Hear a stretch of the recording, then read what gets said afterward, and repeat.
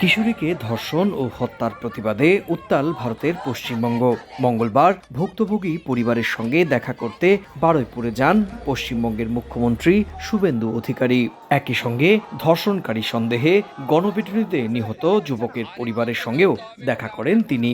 আমার মনে হয় না এর আগে কোনো পুলিশ মন্ত্রী বা মুখ্যমন্ত্রী এই ধরনের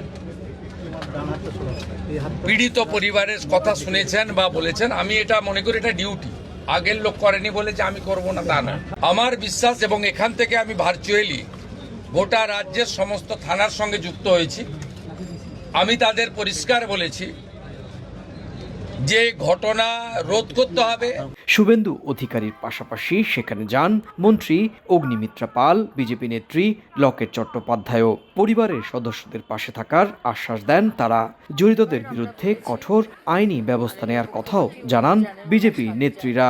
সম্পূর্ণভাবে আমাদের সরকার তার পাশে, এবং আপনাদের কথা দিচ্ছি, সারা বাংলার মানুষকে কথা দিচ্ছি, শুধু এই ঘটনা নয়, যা যা ঘটনা যদি ঘটে মহিলার উপর অত্যাচার, ইনক্লুডিং এই ঘটনাটা, দৃষ্টান্তমূলক শাস্তি হবে।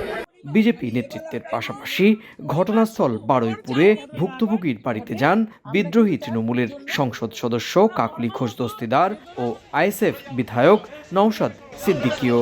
আমরা মর্মাহত, বেদনাহত, এবং যে গেছে সে কিন্তু আমাদের সবার। এরকম ঘটনা যাতে আর না ঘটে, এবং যারা ঘটিয়েছে তাদের আমরা চরম শাস্তির দাবি করছি। মুখ্যমন্ত্রী শুভেন্দু অধিকারী মহাশয় যে আশ্বস্ত করেছেন সেটা শুধুমাত্র কথাই নয়, বাস্তবে যাতে হয় তার অপেক্ষায় আমরা আছি। আমরা অপেক্ষা করব ফাস্ট ট্র্যাক কোর্টের মাধ্যমে এটা নিষ্পত্তি হবে।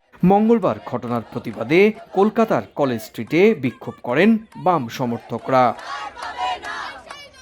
গত শনিবার জন্মদিনের অনুষ্ঠানে যাওয়ার কথা বলে এক কিশোরীকে ধর্ষণের পর হত্যা করে লাশ ফেলে দেওয়া হয় জলাশয়ে।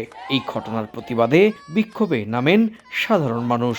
এখনো পর্যন্ত 3 জনকে গ্রেপ্তার করেছে পুলিশ। সুব্রত আচার্য, সময় সংবাদ, পশ্চিমবঙ্গ, ভারত।